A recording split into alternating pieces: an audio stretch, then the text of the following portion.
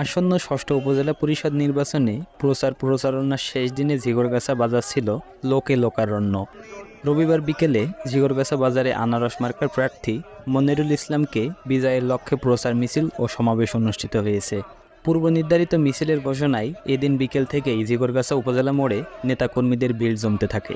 Motorcycle, van, ইজিবাইকে নেতাকর্মীরা খণ্ড খণ্ড মিছিল নিয়ে জড়ো হয়।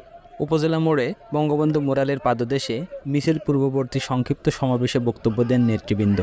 সমাবেশ থেকে আনারস, চশমা ও কলস প্রতীকের পক্ষে প্যানেল ঘোষণা করা হয়। আজকে আমরা ঝিগরগাছা উপজেলার ঐতিহ্যবাহী উপজেলা মোড়ে